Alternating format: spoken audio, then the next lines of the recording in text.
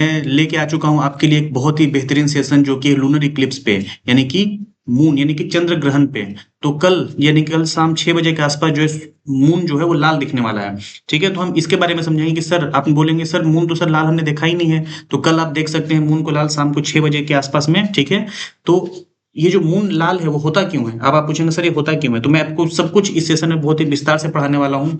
सन क्यों लाल होता है जब ये उगते हुए या फिर डूबते हुए सन क्यों लाल हो जाता है। ठीक है, हम ये भी समझेंगे कि ओजोन लेयर का क्या कनेक्शन इन सबसे, स्कैटरिंग ऑफ लाइट क्या होता है, रेली स्कैटरिंग क्या होता है। हम ये सब चीजों को बहुत ही विस्तार तरीके से पढ़ने वाले हैं। सोलर इक्लिप्स क्या होता है, लूनर इक्लिप्स क्या होता है, और इस सेशन को देखने के बाद आपको कोई भी इन सब में कोई भी कंफ्यूजन नहीं रह जाएगा।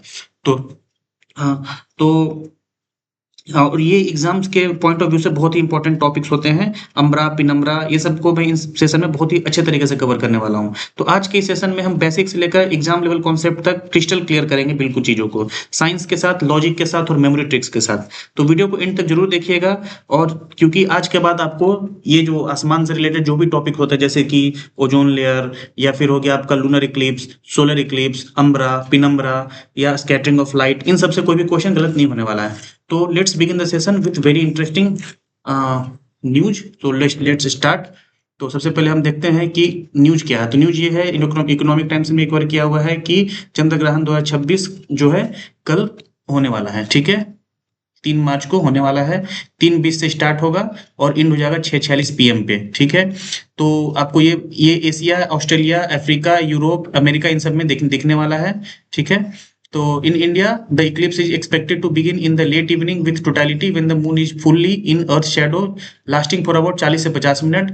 ठीक है, तो अब आप देख सकते हैं, अब ये जो संभावना है ना अगले बार यानी कि ब्लड मून जो है यानी कि मून जो रेड दिखेगा वो अगले बार दिखेगा लगभग 2029 में। ठीक है, 29 के बाद ही, अंटिल 2029 तक नहीं दिखने वाला ऐसा। ठीक है, तो total lunar Eclipse on 3 March 2026 will be the last one visible until 2029, वही यहाँ पे टॉपिक कवर है। तो चलिए हम एक एक करके चीजों को बहुत अच्छे से समझते हैं कि कैसे कैसे क्या चीज क्यों ये लास्ट अब 2029 में दिखेगा। ये सब कुछ मैं एक एक करके कवर करता हूँ। सबसे पहले हम पढ़ते हैं लूनर इक्लिप्स। ठीक है, सबसे पहले हम पढ़ते हैं लूनर इक्लिप्स। ये होता क्यों है, तो ये देखो, ये हमारा क्या है, सन। ठीक है, और ये अपना है अर्थ। ठीक है, अर्थ, तो ये आपका हो गया एस से सन, ई से हो गया अर्थ, और ये आपका है मून जो कि और छोटा है। तो ये जब जो ये है क्या नाम है, जो ये अर्थ है, जब ये सन और मून के बीच में आ जाता है तो फिर इस टाइम पे क्या होता है, ये सोलर इक्लिप्स हो जाता है। ठीक है, सॉरी लूनर इक्लिप्स हो जाता है। तो हाँ, तो अर्थ जब सन और मून के बीच में आ जाता है तो लूनर इक्लिप्स हो जाता है। अच्छा, तो सर पहले आप ये बताओ ये अम्ब्रा और पिनम्ब्रा क्या है, तो और मून रेड कब दिखता है। तो मून रेड दिखने से पहले सबसे पहले आपको ये समझना होगा कि अम्ब्रा और पिनम्ब्रा क्या है। देखो, ऐसा शैडो जो कि कंप्लीटली डार्क हो, मतलब darkest point of the shadow, उसको हम बोलते हैं अम्ब्रा। और जो डार्केस्ट से थोड़ा थोड़ा जो खुला खुला रहता है, जो पार्शियल डार्क होता है, उसको हम बोलते हैं पिनम्ब्रा। जैसे फॉर एग्जाम्पल यहाँ देखो, अब यहाँ सन है, ये अर्थ है, ये मून है। अब यहाँ से जो रेज गया, सन का रेज गया, तो यहाँ पे क्या हुआ, ये बिल्कुल कंप्लीटली मून को जो ढक दिया, तो इसके कारण क्या हो गया, ये मून जो है कंप्लीटली बिल्कुल यहाँ पे अंधेरे में आ चुका है, यानी अर्थ के कंप्लीट शैडो में आ चुका है। अच्छा, यहाँ से एक ऐसा भी रोशनी जाएगा जो कि ऐसे होते हुए इधर निकलेगा। ठीक है, इसको मैं कोई और कलर से दिखा देता हूँ। यहाँ पे रोशनी जो है ये ऐसे होके ऐसे निकलेगा। ठीक है, तो ये वाला जो रीजन हो गया, ये तो हो गया आपका अम्ब्रा जो कंप्लीटली डार्क हो गया। और ये जो रीजन हो गया, यानी ये और ये, इसको बोला जाएगा पिनम्ब्रा। पिनम्ब्रा यानी पेरिफेरल, से पी से पेरिफेरल ऐसे याद कर लेना कि जो बाहर का चीज है उसको हम बोलते हैं पिनम्ब्रा। ठीक है, जो लेस डार्क है। तो जब देखो मून जो है अगर इसके अम्ब्रा में आ जाता है, यानी बिल्कुल कंप्लीटली डार्क वाले शेडो में आ जाता है, तो ये रेडिश दिखता है, ये रेड दिखता है। और इसी को हम बोलते हैं ब्लड मून। इसको हम क्या बोलते हैं, ब्लड मून। अब बताओ आपको अगर चीजें समझ में आ गई है तो क्वेश्चन एग्जाम में पूछा है कि ब्लड मून कब अकर होता है, तो जब मून जो है अर्थ के अम्ब्रा वाली रीजन में होता है तब होता है। ठीक है, तो आप पूछेंगे सर बट ये अम्ब्रा वाले रीजन में होने से ऐसा क्या होता है कि मून जो है रेड रेड दिखने लगता है। तो चलो इससे पहले आपको इसको बताने से पहले चलो मैं सबसे पहले आपको ये बताता हूँ कि आसमान नीला क्यों दिखता है, वाई स्काई ब्लू। ये होता है रेली स्कैटरिंग के कारण। रेली स्कैटरिंग के कारण। इन्होंने एक फॉर्मूला दिया हुआ है, ठीक है, रेले के स्कैटरिंग ने इन्होंने क्या फॉर्मूला दिया है कि स्कैटरिंग जो है, स्कैटरिंग ऑफ लाइट जो है वो इनवर्सली प्रोपोर्शनल होता है लैम्डा के पावर 4 से, ठीक है। तो अब ये क्या है, लैम्डा, लैम्डा होता है वेवलेंथ, ठीक है। अब ये सर वेवलेंथ क्या होता है, तो कोई भी वेव जब ऐसे चलता है ना, तो वेव के दो कॉन्सेक्यूटिव पॉइंट के बीच का जो डिस्टेंस होता है उसको हम बोलते हैं वेवलेंथ, वेवलेंथ, ठीक है। तो अब देखो यहाँ पे एक मैं ग्राफ से आपको समझाना चाहता हूँ। जो सन का जो ब्राइट लाइट होता है उसमें 7 कलर होते हैं, जिसको हम we I B ji Y O R यानी विबग्योर के नाम से जानते हैं, ठीक है। यानी कि यहाँ पे लिख देता हूँ मैं we I B ji Y O R. अभी जो ग्राफ है इसमें इधर की तरफ लैम्डा है यानी वेवलेंथ है, और इधर की तरफ परसेंटेज स्कैटरिंग है, ठीक है। तो इसका ग्राफ ना ऐसे बनता है हमेशा ऐसे, ठीक है। तो यानी कि जो सबसे लेस, यहाँ पे आप देख सकते हो कि scattering is inversely proportional to क्या है, वेवलेंथ। जो रेली स्कैटरिंग का जो एक लॉ है उन्होंने लॉ दिया था कि scattering is inversely proportional to wavelength, ठीक है। वेवलेंथ का पावर 4 पे मतलब काफी ज्यादा अच्छे तरीके से जो है वो इनवर्सली प्रोपोर्शनल है। तो अभी क्या है कि अब स्कैटरिंग जो है, ये देखो अब यहाँ पे क्या था, विबग्योर वायलेट, वायलेट क्या है सबसे ज्यादा, इसका क्या है सबसे शॉर्टेस्ट वेवलेंथ है, इधर की तरफ वेवलेंथ बढ़ रहा है। रेड का सबसे लॉन्गेस्ट वेवलेंथ है, लॉन्गेस्ट वेवलेंथ है। तो स्कैटरिंग सबसे ज्यादा किसका होगा, जिसका सबसे ज्यादा शॉर्टेस्ट वेवलेंथ होगा। तो शॉर्टेस्ट वेवलेंथ किसका है, तो वायलेट का। तो वायलेट सबसे ज्यादा स्कैटर करेगा। तो सर बोलेंगे तो जो सबसे ज्यादा स्कैटर करेगा इसकी वजह से क्या है, जो अर्थ का है, अर्थ है, अर्थ का जो एटमॉस्फेयर है, यानी अर्थ का जो एक एटमॉस्फेयर है, एटमॉस्फेयर में बहुत छोटे छोटे छोटे छोटे पार्टिकल्स है, ठीक है, छोटे छोटे पार्टिकल्स है। तो जब ये सन है, जब सन से रेज आता है तो ये क्या है, पार्टिकल से टकराता है। तो पार्टिकल जो है ना, इनके वेवलेंथ यानी कि जो सन के जो रेज है यानी कि विबग्योर है, इसके भी वेवलेंथ से बहुत ही छोटा होता है।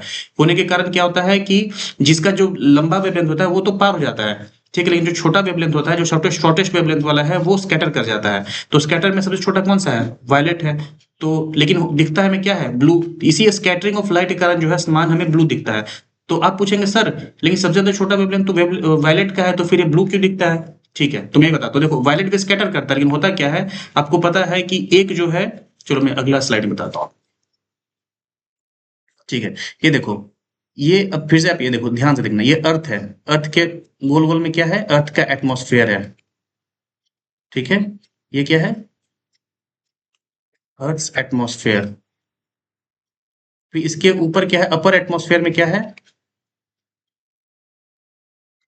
एक थिक जो है ओजोन लेयर है, एक ये ओजोन लेयर बना हुआ है, ठीक है।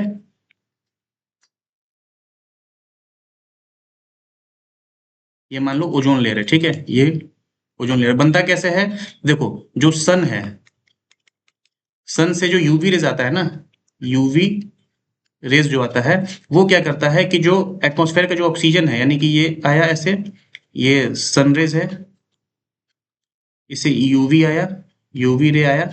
यूवी जो O2 को है ना, O2 को तोड़ देता है किसमें, O प्लस O में। और फिर जो ये O2 है, O2 मॉलिक्यूल जो है ये एटम O के साथ मिलके फिर से क्या बनाता है, O3। O3 क्या है, ये ओजोन लेयर है। अच्छा, ये बड़ा इंटरेस्टिंग बात है कि यूवी रे ही ओजोन को बनाता है, और ओजोन जो है वापस यूवी रे को ही रोकता है, ठीक है। तो ये जरूर आप ध्यान रखना। तो ये जो क्या है, ये तो ये कितना, ये ऐसा नहीं, एक एटमॉस्फेयर ऊपर बना हुआ, अपर एटमॉस्फेयर में एक ओजोन लेयर बना हुआ है जो कि यूवी रेस को रोकता है। अच्छा, तो यूवी रेस क्या है, तो अल्ट्रा वायलेट रेज। अब ये वायलेट आपको समझ में आ गया होगा बात ना, तो यही जो वायलेट है, यही वाला वायलेट जो रोक देता है। तो अब मैंने आपसे पूछा था कि सर ये वायलेट क्यों स्कैटर करता है, तो ठीक है, तो वायलेट तो एक तो कारण ये होगा कि वायलेट कलर को क्या है, एब्जॉर्ब कर लेता है, एब्जॉर्ब्ड बाई ओजोन। लेकिन सर इसके बाद ये भी तो है इंडिगो। तो अच्छा, एक और इसमें कॉन्सेप्ट और आता है, इसमें एक और कॉन्सेप्ट क्या है कि जो हमारा ब्रेन है, ब्रेन जो है ना, वो ब्लू लाइट को ज्यादा परसेप्ट करता है, ब्लू लाइट परसेप्शन हाई होता है, हाई होता है ब्रेन का। इसलिए जो है हमारा इंडिगो, इंडिगो और ब्लू, इन दोनों का वेवलेंथ काफी मिलता जुलता है, ठीक है। तो इसके कारण क्या है कि जो स्कैटर होता है वो इंडिगो भी होता है, ब्लू भी होता है, बट जो है मेन हमारा ब्रेन किस पे ज्यादा फोकस करता है, ब्लू पे। इसलिए हमें जो आसमान है वो ब्लू कलर का दिखता है। अच्छा, तो सर चश्मे में भी ब्लू कट फिल्टर आता है, तो हाँ, तो इसी वजह से आता है क्योंकि जो ब्लू जो है वो जिसका कम वेवलेंथ होगा ना उसका एनर्जी बहुत ज्यादा होता है, तो ये सब हाईली एनर्जेटिक लाइट है, जिसके कारण क्या है हमें ब्लू कट फिल्टर ही चश्मा लगाना चाहिए। जिसके कारण क्या है जो स्किन का जो डिफरेंट डिफरेंट कलर आ रहे हैं तो उसमें जो ब्लू है वो हमारे आंखों को डैमेज कर सकता है ज्यादा, इसलिए हम ब्लू कट लेंस भी मिलता है बाजार में जो हम यूज भी करते हैं चश्मे में। ठीक है। अब आप पूछेंगे सर ठीक है तो क्या एनर्जी और इसके बीच में कोई रिलेशन है, तो बिल्कुल रिलेशन है। एनर्जी का फॉर्मूला होता है C H C by lambda. अब ये क्या होता है, एच एच है आपका प्लैंक्स कांस्टेंट, सी है स्पीड ऑफ लाइट और ई है एनर्जी। तो यहाँ भी आप देख सकते हो कि एनर्जी जो है इनवर्सली प्रोपोर्शनल टू लैम्डा है, यानी कि जिसका वेवलेंथ कम, यानी कि यहाँ पे देखो ये दिखा रहा हूँ। अब देखो एक तो लॉन्गेस्ट वेवलेंथ वाला था, ये बताता कि जिसका ज्यादा वेवलेंथ होगा वो स्कैटर कम करेगा और जिसका कम वेवलेंथ होगा वो स्कैटर ज्यादा करेगा। लेकिन जिसका कम वेवलेंथ होगा ना, अब मैंने एक और बनाया है कि एनर्जी बराबर क्या होता है, इनवर्सली प्रोपोर्शनल टू लैम्डा, यानी कि वेवलेंथ कम तो एनर्जी ज्यादा। इसका मतलब सबसे ज्यादा एनर्जेटिक इन विबग्योर में कौन होगा, तो वायलेट होगा, देन इंडिगो होगा, देन ब्लू होगा, देन ग्रीन होगा, then orange, yellow, orange, then red. ठीक है। तो ये सब चीज आप ध्यान रखना। तो जो जिसका सबसे ज्यादा एनर्जी है उसका वेवलेंथ सबसे कम है, जिसका सबसे ज्यादा वेवलेंथ है उसका एनर्जी सबसे कम है। ठीक है, जिसका ज्यादा वेवलेंथ है। ठीक है। तो ये आप उम्मीद है आप समझ चुके होंगे यहाँ तक का कॉन्सेप्ट। ठीक है, कि आसमान नीला क्यों दिखता है ये आपको समझ में आ चुका है। तो अब हम चलते हैं कि ठीक है सर, बट ये सन जो है, सूर्य जो है, ये सूर्य, ये सन है, ये उगते हुए और डूबते हुए लाल क्यों दिखता है, तो यहाँ भी यही कॉन्सेप्ट आता है। ये जो अर्थ है हमारा, ये अर्थ है, सपोज अर्थ है। अब ये क्या होता है कि जब उग रहा होता है सूर्य, मतलब जब सनराइज हो रहा होता है, तो सन को ना बहुत लंबा डिस्टेंस ट्रेवल करना पड़ता है सनरेज को। तो जो ये लाइट है उसमें से जो लॉन्ग वेवलेंथ वाली लाइट है ना, वो लॉन्ग दूरी तय कर पाते हैं, जिसकी वजह से जो है उगते हुए और यानी सनराइज के समय और सनसेट के समय सूर्य जो है, मतलब आसमान जो है वो लाल दिखता है, रेड कलर का दिखता है। पूछेंगे सर तो फिर ऐसा ही कुछ होता है क्या उसमें भी, मून वाले में भी, तो बिल्कुल। अब यहाँ पे देखो, यहाँ पे क्या होता है कि जब ये सन जो है, सॉरी मून जो है, अब यहाँ पे देखो दो कंडीशन है, या तो अ, ग्रहण कब कब लगेगा, देखो तीन तरह का ग्रहण बताया गया है। एक तो ये है कि सन है, ठीक है, और ये अर्थ है, और ये मून कहीं यहाँ हो, ठीक है, मून कहीं यहाँ हो, अर्थ है। तो इसमें क्या है, इसमें थोड़ा सा ही ग्रहण लग पाता है, जिसके कारण इसको क्या बोलते हैं, पार्शियल इक्लिप्स बोलते हैं, पार्शियल इक्लिप्स। तो आप पूछेंगे सर ये पार्शियल इक्लिप्स में ब्लू रेड नहीं दिखेगा, तो बिल्कुल नहीं दिखेगा। इसमें क्या है, पार्शियल इक्लिप्स में नो रेड मून, मून जो है रेड नहीं दिखेगा। तो ये मून रेड कब दिखता है, सिर्फ एक ही कंडीशन में दिखता है। कौन सा कंडीशन है वो, जब सन मून जो है वो अम्बरा में हो, अर्थ के अम्बरा रीजन में हो। ठीक है, तो यानी अर्थ के कंप्लीट शैडो में हो। तो ये कब होता है, जब तीनों एक लाइन में हो, तो तभी पॉसिबिलिटी होती है हमारी ब्लड मून की। अच्छा, तो आप पूछेंगे ठीक है, तो ये चीज आप समझ में आ गया। तो सर लेकिन लाल क्यों दिखता है, यहाँ पे क्यों लाल दिख रहा है, वहां तो मुझे समझ में आ गया कि जो है सनराइज को बहुत लॉन्ग डिस्टेंस ट्रेवल करना पड़ता है, इसलिए हमें लाल दिखता है उगते हुए और ढलते हुए सूर्य को, सूर्य के टाइम पे आसमान जो है रेडिश दिखता है। लेकिन यहाँ पे क्या होता है ऐसा, तो यहाँ पे ये होता है कि देखो जब ये सनरेज जाता है ना, तो ये भी क्या होता है, यहाँ पे जब अर्थ के एटमॉस्फेयर में जाता है तो थोड़ा सा सन रेज जो है ना ये बेंट हो जाता है। आप पूछेंगे सर फिर तो ब्लैक दिखना चाहिए था। मतलब मेरा मतलब है कि अगर ये अम्ब्रा रीजन में है, यहाँ पे देखो स्टार्टिंग में जो मैंने बनाया था, ये देखो ये अम्ब्रा रीजन में था, इसका मतलब ये तो बिल्कुल ब्लैक दिखना चाहिए, क्योंकि ये कंप्लीट उसमें आ गया है, अर्थ के शेडो में आ गया है। ठीक है, बट ये ब्लैक क्यों नहीं दिख रहा है, क्योंकि यहाँ तो कोई लाइट ही नहीं जा रहा। बट होता है कि सन बहुत बड़ा है, इससे कुछ लाइट जो है ना ये यहाँ तक पहुंच पाता है मून तक, कैसे, तो रिफ्रैक्शन के कारण। यहाँ पे जैसे ही अर्थ के एटमॉस्फेयर में लाइट पहुंचता है, यहाँ से क्या होता है, रिफ्रैक्ट होकर कुछ ना कुछ लाइट जो यहाँ तक पहुंच जाता है, और लाइट वही पहुंच पाता है जिसका वेवलेंथ ज्यादा है, यानी कि रेड वाले। तो रेड वाले का वेवलेंथ ज्यादा है, इसके कारण वहां तक लाइट पहुंचने के कारण वो क्या होता है, रेड दिखता है।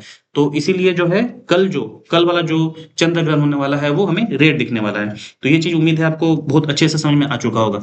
अच्छा, आप पूछेंगे कि सर ये जो ये है ओजोन लेयर है, ये कितना मोटा है, तो ये मैंने बताया नहीं आपको, ये होता है 300 डॉप्सन यूनिट का। ये एग्जाम में क्वेश्चन पूछा हुआ है, तो आप जरूर ध्यान रखना, 300 डॉप्सन यूनिट का है इसका थिकनेस। तो 300 डॉप्सन यूनिट कितना होता है, तो ये होता है लगभग 3 mm। अच्छा, तो 3 mm कैसे होता है, तो क्योंकि 1 mm बराबर होता है 1 डॉप्सन यूनिट। ठीक है, तो ये सब चीज आप जरूर ध्यान रखना। तो तो उम्मीद है आप बिल्कुल अच्छे से साथ समझ चुके होंगे कि चंद्र ग्रहण क्या होता है। अच्छा चलो मैं सूर्य ग्रहण के बारे में बता देता हूँ। सूर्य ग्रहण कब होता है, यानी कि सोलर इक्लिप्स कब होता है, ये देखो मैं बताता हूँ। देखो सोलर इक्लिप्स तब होता है जब, एक बार मैं इसको इरेज कर लूं, सोलर इक्लिप्स कब होता है? तो जब सन, यानी ये सन है और ये आपका मून है और ये आपका अर्थ है। तो जब सन और अर्थ के बीच मून आ जाए तो उस टाइम पे क्या होता है कि सन हमें जो है अंधेरा अंधेरा दिखता है।